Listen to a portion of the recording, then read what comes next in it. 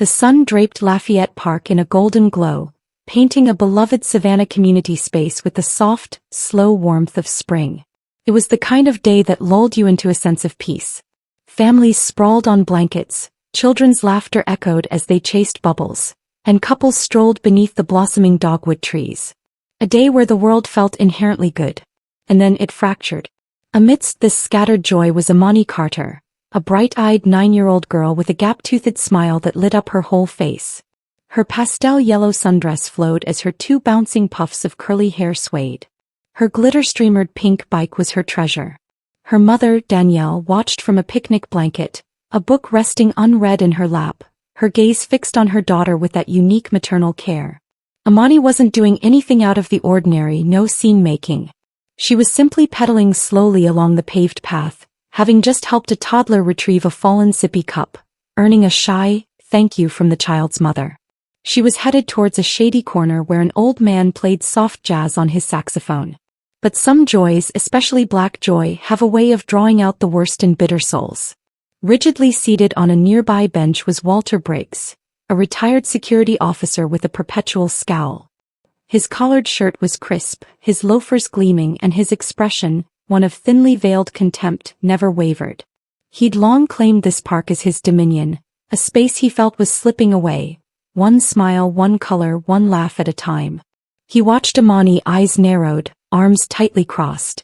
Her giggling grated on his nerves like nails on a chalkboard. As Amani's front wheel veered slightly to miss a path crack, her pedal brushed softly against Walter's shoe, barely a touch, the kind most would dismiss with a smile or a nod. But not Walter. "Hey," he bellowed, springing from the bench so fast nearby birds scattered. "Watch where you're going, kid." Amani froze, startled, her eyes wide with confusion and fear. "I'm sorry, sir," she whispered, her voice trembling. "It was an accident." But he wasn't listening. "Kids like you think the world belongs to you," he snarled, a shaking finger aimed at her face. "Disrespectful, reckless. Who let you in here anyway? This isn't a place for people like you." Conversations ceased. A jogger slowed. A hand-holding couple looked back, alarmed. Danielle stood, alarm bells blaring, moving towards her daughter. Amani clutched her handlebars, frozen, her unheard apology hanging in the air. Then, without warning, Walter Briggs slapped her hard. Gasps ripped through the park like thunder. The sound of the strike echoed in the sudden silence. Amani's small body crumpled, her cheek reddened, her eyes brimming with tears. She didn't scream, didn't fight back. She just sat, stunned, trying to comprehend how a bike ride turned into a nightmare. Danielle screamed. Mothers shielded their children. Phones flew into hands, recording apps buzzing like a swarm of bees. The jogger sprinted towards the scene, followed by a man who'd been playing chess. Walter stood over the little girl, breathing heavily, unapologetic. "Maybe next time you'll watch where you're going," he muttered. But there wouldn't be a next time for him.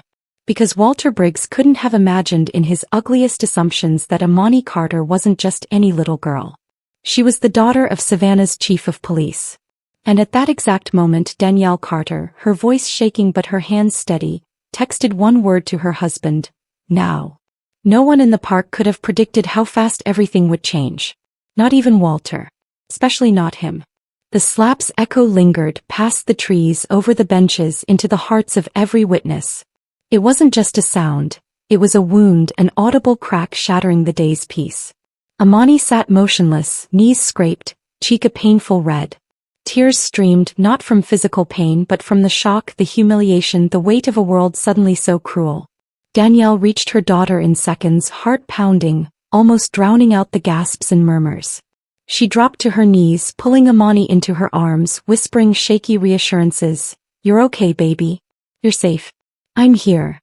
Walter Briggs took a step back, his face contorted not with shame but indignation. "She came at me with that damn bike," he snarled to no one in particular. "That's the problem with these kids. No respect, no discipline." His words didn't quiet the crowd, they ignited it. Marcus, the jogger in a sweat-soaked tank top, stepped forward, his voice sharp with disbelief. "Are you serious right now? You hit a child, a little girl." "She ran into me." Walter barked. "Scraped my shoe." I reacted. An older woman in a sun hat, gardening gloves in her lap, joined in. I saw the whole thing, she said loud enough for everyone. That girl barely touched him. He just snapped. Phones were raised now, dozens of them. Some filmed quietly, others narrated in whispers of outrage. Shock was rapidly morphing into something collective, something powerful. Among the bystanders was Jordan Vega, a high school teacher who'd brought his niece to the park. He watched from the fountain, disbelief etched on his face. He didn't know the girl or her mother, but he knew exactly what had just transpired. He'd seen it too often. The justification, the projection, the arrogance of those so accustomed to impunity they no longer bothered to hide it. Walter still stood his ground, chin up, eyes defiant. You're all making this into something it's not, he snapped. This is the problem with this country. People overreact to everything. Marcus stepped closer, fists clenched but controlled. You're right about one thing. People are tired. Tired of watching guys like you harm kids and expect to walk away without consequence. Danielle rose slowly to her feet, still cradling Amani in one arm, turning to face Walter directly. Her face was composed but her eyes burned. You don't know who you just hit, she said softly, but you will. Walter scoffed. Oh, let me guess, you're going to cry victim now and drag me through the mud because I defended myself? No, she replied. I'm not going to drag you anywhere. The truth will. Just then the crowd parted slightly as a young man in uniform jogged into the scene. Off duty, he'd received Danielle's message moments ago. Danielle, he said, breathless, eyes scanning the crowd. The chief's on his way. He's close. Walter's posture shifted. The chief. You'll meet him soon enough, Danielle said, her voice low and clear. He's her father. The air's temperature dropped. People exchanged glances. The palpable imminence of justice made onlookers stand a little taller, speak a little louder. Nearby, a boy from the basketball court approached, clutching his ball. I bumped into that guy earlier today, he told a woman recording. He didn't say a word to me. But the second she got near him, he exploded. It wasn't just the slap anymore. It was the pattern, the contrast, the clear, painful truth. Walter hadn't reacted because of a scraped shoe.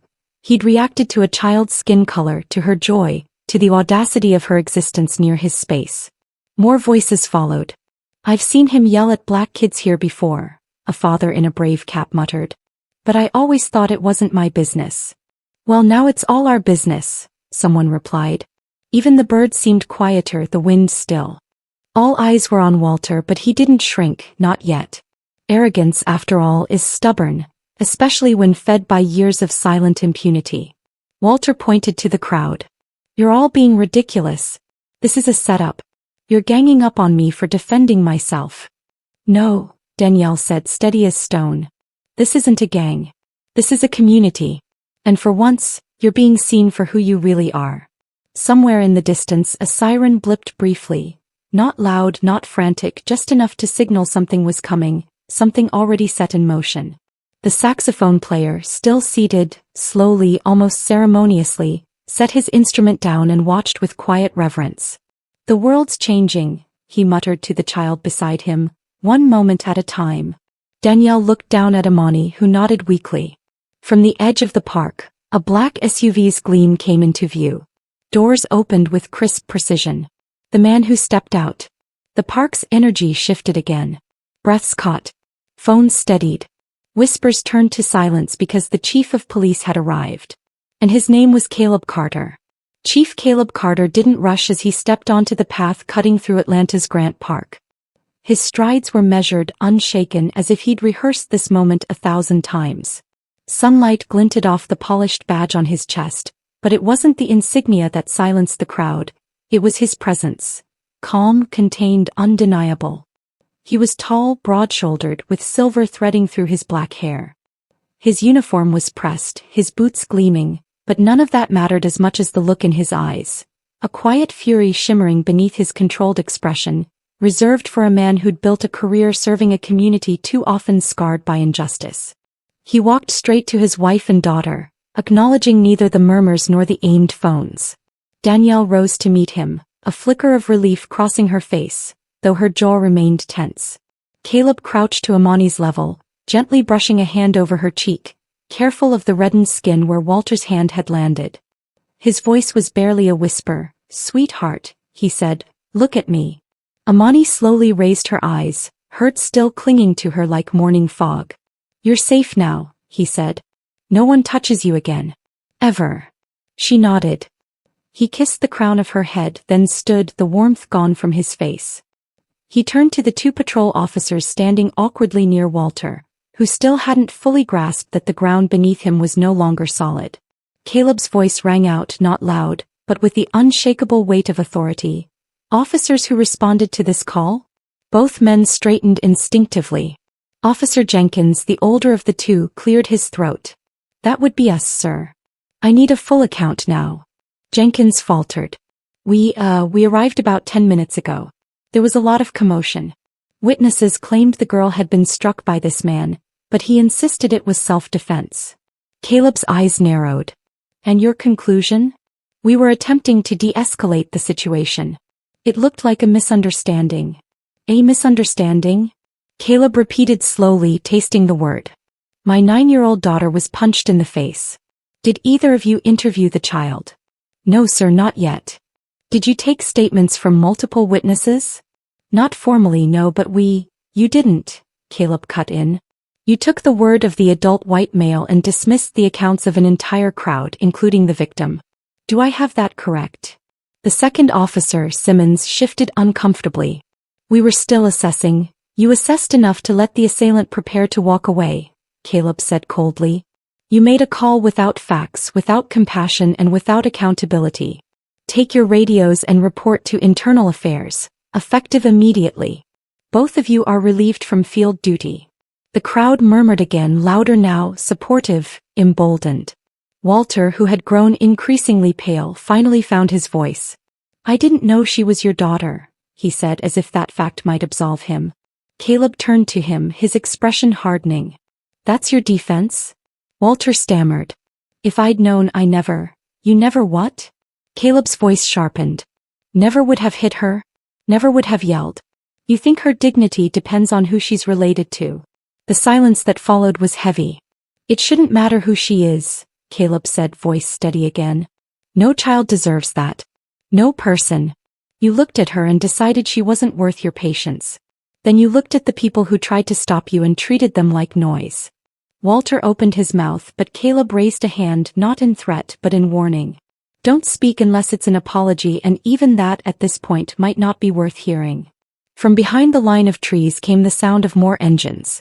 A police vehicle marked internal affairs arrived, flanked by 2 unmarked cruisers. Caleb hadn't come alone. Justice wasn't coming as an idea. It was showing up in flesh and blood. Caleb turned to the crowd. If you witnessed this incident, please stay and provide statements to our investigative team. We will collect every account. No one's voice will be ignored. He didn't have to say more. The people, those who had been filming, speaking, stepping in when it counted, began lining up in silence. Mothers with strollers, joggers with towels around their necks, teenagers gripping basketballs. Every color, every age, all with one shared truth. They had seen something ugly and they had chosen not to look away. Walter was no longer defiant. He looked down at his shoes, now scuffed with the faint mark of Amani's pedal. His breath came faster. His bravado had bled out. In its place was something else. Fear, yes, but also exposure, the kind that comes not from being caught but from being truly seen. One of the investigators approached Caleb and whispered something. Caleb nodded and stepped back to Danielle and Amani. He crouched again, lifting Amani into his arms, careful of her bruised cheek. Danielle reached out to touch his shoulder. You did what needed to be done. Caleb didn't respond right away. He looked out across the park, once a place of rest, now a scene of reckoning, and sighed. She'll remember this day for the rest of her life. I just hope she remembers the part where the people stood up for her more than the part where she was hurt. He looked down at Amani, her head rested against his chest, her eyes closed but her arms wrapped tightly around his neck.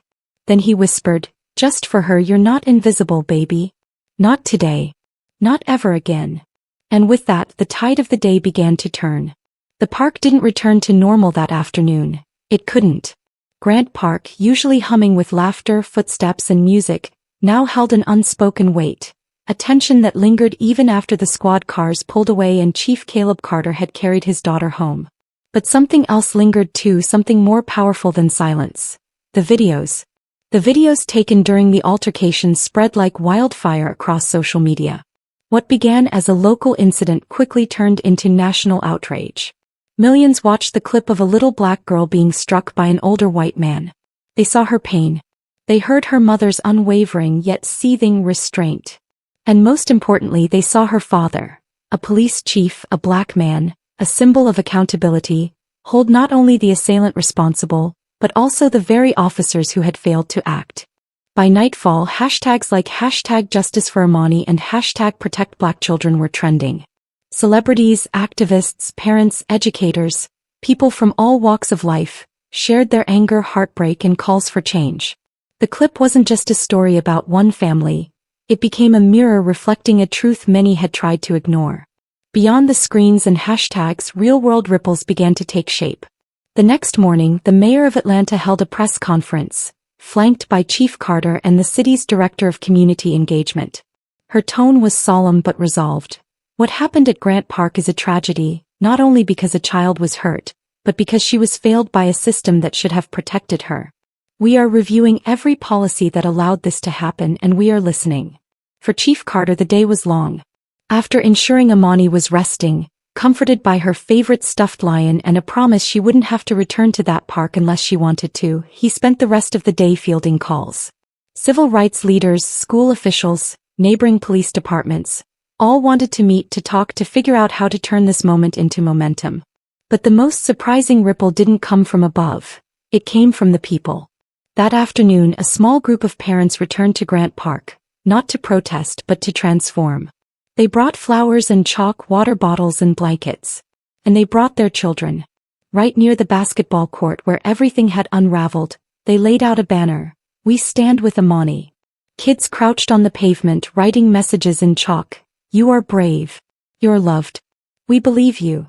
Their parents handed out juice boxes, watched each other's little ones, and saw strangers become something more. Witnesses turning into allies. Danielle stood at the scene's edge, not ready to join yet, but not ready to turn away either. One of the mothers approached her, offering a timid smile. "She doesn't have to come today, but if she ever wants to see what happened after, we'll still be here." Danielle nodded, emotion tightening her throat. For so long she had taught Amani to be strong, to smile when it hurt, to say, "Excuse me," even when she wasn't wrong. But now she realized maybe that wasn't enough. Maybe it wasn't about asking children to be strong. It was about building a world where they didn't have to be. News stations soon arrived, covering not just the assault but the aftermath. They highlighted the community coming together, the accountability being demanded, and the love being poured back into a space stained by hate. Interviews with witnesses revealed new layers of humanity. People who admitted they'd once hesitated to speak up in similar situations but now felt forever changed. One of those voices was Hector, the guitarist who had played just before the incident. "I've seen men like that before," he told a local reporter, "but I've never seen a father walk in with that kind of grace and power. We all needed to see it. I needed to see it." Amani's story began appearing in op-eds and think pieces. Educators used the footage in workshops on racial bias. Churches brought it into sermons. A high school debate team in nearby Decatur centered their competition around the theme, "When silence is violence." Even the Atlanta Police Department began to feel the tremors. Officers started requesting racial sensitivity training, not as punishment but as a step forward. Chief Carter, though wary of hollow promises, met with young recruits telling them, "You don't have to look like me to protect someone like my daughter, but you do have to respect her humanity. If you can't do that, you don't belong here." Yet for all the waves this moment created, the most tender ones happened quietly. Late one evening, Caleb found Amani awake in bed, the room lit only by her nightlight's soft blue glow. "Can I ask you something?" she said, her voice small. "Anything," he replied, sitting on the edge of her bed. "Why did he hit me?" Caleb exhaled, the question's weight heavier than his badge. Because he was scared of what he didn't understand. And when people are scared like that, they can be cruel. "But I didn't do anything." "I know, baby," he said. "And you didn't deserve it. But you weren't alone. You spoke the truth and people heard it. That's how change begins." She nodded slowly, then said, "I want to go back to the park. It's not today but soon." I want to ride my bike again and I want to be happy there. Caleb felt his throat tighten but he smiled. Then that's exactly what we'll do. And just like that, another ripple began. Not loud, not viral, but no less powerful. It was a little girl choosing not to let fear take what joy still belonged to her. It was the beginning of healing. Weeks passed since the day Grant Park was shattered by violence and rebuilt through resolve. Though the trees still rustled with the same soft wind and children's laughter once again echoed between the swings and slides, something had changed, not just in the landscape but in the way people walked through it. Eyes were softer, greetings warmer, silences shorter. The park now bore a new sign at its entrance, etched in bronze and rooted in stone. Amani's Garden, a space for every child. It stood not as a reminder of pain but of perseverance. The garden was planted by community members with flowers chosen by local children, bright daisies, gentle lavender, strong marigolds, all bursting in color, symbolizing joy reclaimed. Chief Caleb Carter had insisted the garden not be placed near the court where his daughter was struck.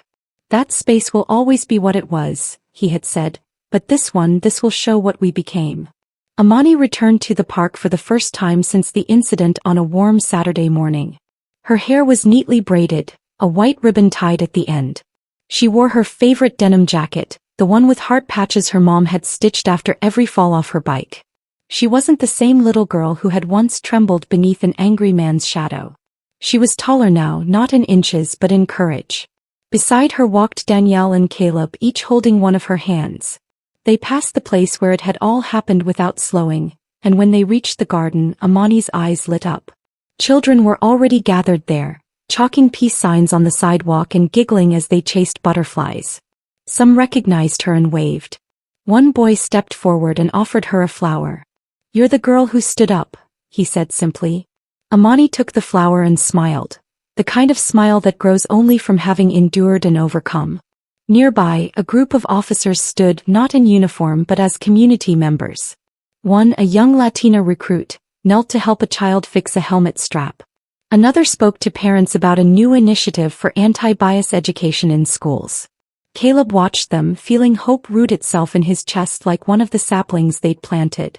The media had long since left and the viral fame had faded, but in its place bloomed something quieter and far more lasting. Trust, not blind, not naive, but earned through truth and effort. The city had introduced a new program to ensure community complaints were reviewed by a civilian board. Officer training now included simulations led by social workers and educators. And Danielle had joined a city council working group focused on equity in public spaces. But beyond policy and process, it was the human moments that carried the most weight. Alicia, the jogger who had first stepped forward to defend Amani, now volunteered weekly at a local mentoring program. Hector, the guitarist, played weekend concerts in the park with a sign next to his case that read, "Music for Maya, for Amani, for all." Even the teenager from the basketball court had spoken at a youth summit about allyship and standing up when it counts. Amani, with her quiet strength, had sparked a shift, and that shift had become a legacy. As the sun began to set that evening, casting long golden streaks over the grass, Caleb lifted Amani onto his shoulders, just like he used to when she was younger. She pointed toward the horizon and said, "I want to help other kids feel safe too."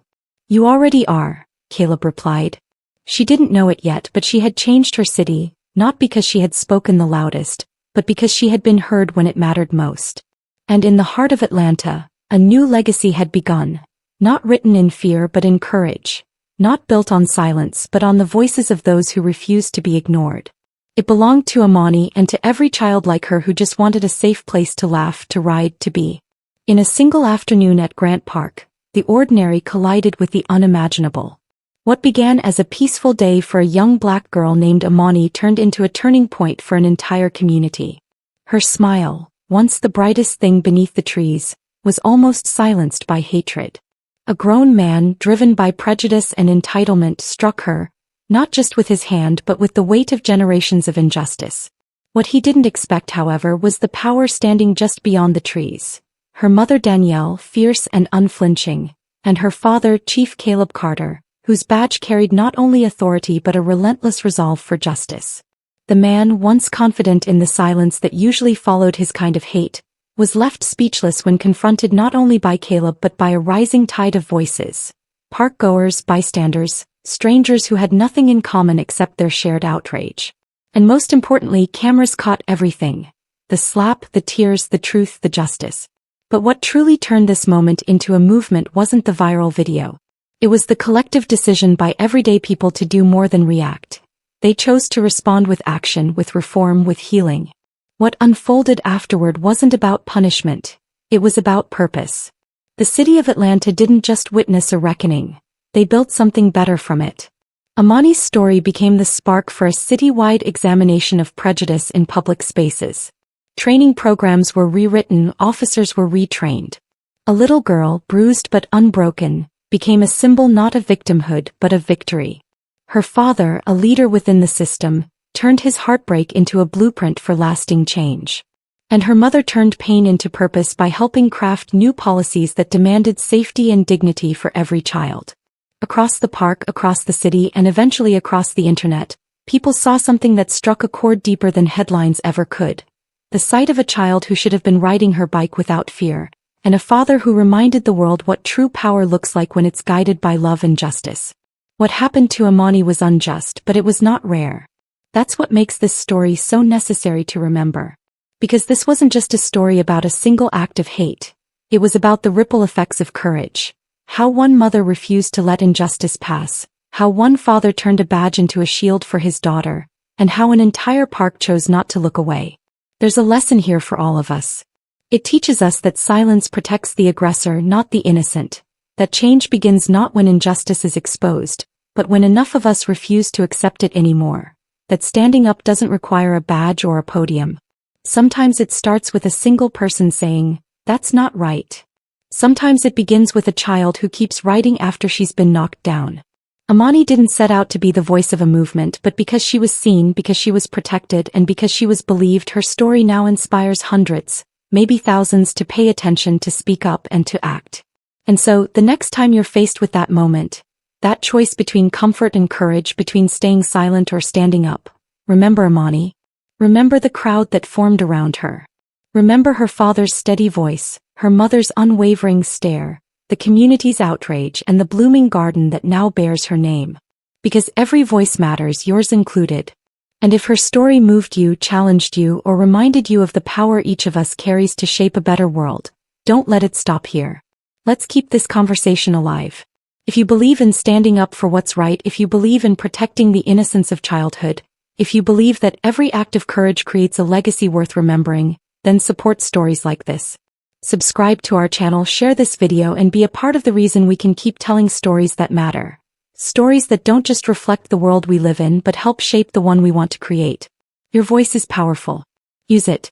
And we'll be here telling the truth one story at a time.